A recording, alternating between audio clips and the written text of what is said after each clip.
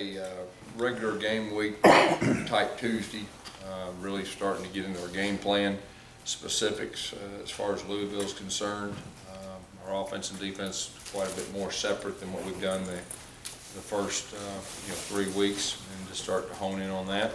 I think both coordinators were pleased with our kids' attention and their approach to practice. Obviously, there's going to be some things to clean up when you start putting in your game plan and all that, but overall, I think it was a positive day. Questions? Gus, how have you adapted to one of the 3 quarterbacks that Louisville might play on the 5th? Well, I think you got to be prepared for all of them. I think that's probably the biggest thing, especially going into our first game. And first game's really is about adjustments. I mean, you got to be ready to adjust. You can prepare for all the different scenarios, but usually after the end of the first quarter, everybody kind of shows their hand. You've got to be able to adjust if you're going to be successful in the first game. Bobby Petrino said that they started working on this game right after Christmas break. When did you start preparing for it, whether it's just hit and play for the first time? Yeah, well, I mean, as a coaching staff, I mean, you really start thinking ahead. Usually your first, 3 or 4 games in the off season, the summer and all that. But, we had a lot of work to do ourselves, to get ready for ourselves as far as offense and defense. There's special teams too. Like I told you all along, there's a lot of special teams, young guys that will be a factor.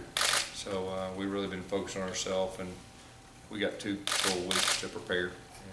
And I feel good about where we're at. Gus, were there still some positions where you were splitting reps today? They are. Yeah, matter of fact, the same ones we talked about last, we still have the same situation, which is not bad. And probably in the next week, we'll probably get a little more specific. That would be the plan, but a lot of those same guys, shared reps. Yes, Louisville's D-line, some of the analytics out there are very favorable for their D-line in 98 rankings, and just how much of a run stopper he was. How much of a concern is he for you where the interior of your line is Alex, who sat out, Austin, who sat out, Yeah. and Braden, who didn't play very much, up against possibly the best interior defender in the country? He's really good. There's no doubt about that. And he's got some other guys up front. I think they're very good up front. I think their two inside linebackers are very experienced. I mean, they were one of the best teams in the country stopping the run last year, and turnovers and sacks. I mean, they're a really good defense. And like I've said before, I feel very good about our guys. I feel very good about our guys up front. But it takes a while to start gelling, and the way that you gel is through games. But it's a good challenge. Our guys are looking forward to it. But they're definitely a good defensive front. How was Trey Matthews kind of progressed? I know he's out, missed some time. Mm-hmm. Yeah, he's back. He's back this week. He's full throttle. He has been back doing limited stuff up to this point. But today he was full throttle and looked good out there running around. Secondary in general, just a lot of new faces. I'm sure you touched on it in fall camp, but I know you work with Austin. What have you seen from that secondary and some of the new guys? How are they kind of gelling together? Well, I tell you what, they're competing, and there's some good competition. And like I said, those young guys are making the older guys better. And I think it's a really good mix. We got some veterans back there. We got some very talented young guys that I feel like will have a chance to be really good before the season's out. So, depth was definitely a concern of ours in the secondary going into fall camp. I really believe, Coach T-Rob and Coach Muschamp feel better about that right now. I mean, obviously, we don't want a whole lot of injuries back there, but we got some bodies that we feel like can help us, and so that's a good thing.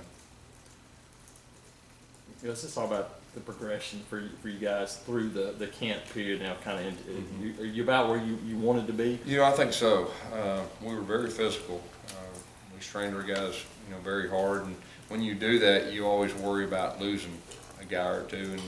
And we're a little banged up, but it's a good banged up, and I think we'll be fresh and ready to go, and should have all hands on deck at least at this point.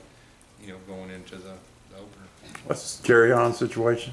Yeah, he was back out there practicing today, so that's good. Matter of fact, I believe everybody was out there practicing today. This extended camp, basically 5 weeks, how tough is it to know when to pull back on some guys like Trey and some of those guys that maybe could have played? I think that's every coach in the country has that question, and you just got to have a feel for your team. Really we only had 2 weeks of fall camp, and then we started school pretty early. So, last week was a regular our kids went to class and we practiced. Today was really the first day full force that we started preparing for our opponent. And, but so far so good. I like where we're at. And like I said, I think we'll be in good shape going into the first game as far as health is concerned. Just not to make more of it than it was, but Byron had a couple of tweets the other day that caught a lot of attention. Just seemed to be a little frustrated. Just have you spoken to him about that? Yeah, he's a young guy, and he's going to be fine. He's going to be a very good player for us, and he's a young guy that'll learn. Gus, those young guys, how much does it help them now to move into game plan where you start focusing? I think it probably helped a lot. Those guys we're starting to be more specific, and anytime you're an inexperienced guy, the more specific you can be, it really helps you play fast. And so, all those guys, I know the game plan will definitely help them, and offensively too. Auburn's typically been pretty good in the Georgia Dome. How much of an advantage do you feel like you guys have? I mean, since it's just an hour and a half away, and you're kind of used to that. Well, my experience when we played there before, we've had a home field advantage. Our fans are, very loud. They come out, and I think our fans really like us playing there too.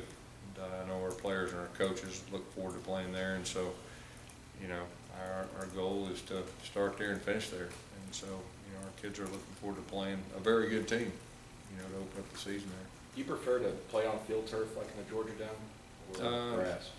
Really, I don't really have a preference. That's a great venue to play in, but I really don't have a preference. Gus, can you talk about the left tackle competition? Devontae, is he getting better? And Alex, how's he doing health-wise? Left guard? Yeah. Yeah, both those guys are really getting equal reps, and they're both veteran guys. And Alex, he looks like the same old guy he was before. Devontae is a guy that has really improved, and he did a solid job for us last year. But there's nothing better than experience, and game experience, and he's very confident. So, that's a good thing that we've got, two guys at that spot, and both of those could play the right side if they needed to too. So, that's good. Gus, hadn't heard a lot about Braden. Him moving inside. Mm-hmm. Athletically, it seems like a good fit. What have you seen out of him? Yeah, Braden's getting more comfortable inside. And, he's extremely strong. He's extremely powerful. He's a very good athlete. And, playing inside, it just takes a while. They communicate with the center and communicate with the tackle and all the calls we have. But, I think he's in a real good spot, going into the season. He's got a chance to be a really good inside guy. Gus, you said it was a good thing about the offensive lineman, still not decided on the starters there, but in the past you've also talked about how important it is to have continuity and having the five working together. How do you sort of balance that? Yeah, that's a great question. You do have to balance it, and next week sometime we'll have to make a decision and make some decisions. But I will say this: both those guys will play, and both those guys will help us. At center and guard, or are you talking about? No, just at left guard. Left guard. You still talking about left guard? You've had such workhorses at tailbacks the last couple of years. Now you've got 3 or 4 that, how much, is there much separation there? Is that something that I really feel a little bit like we did in 2013.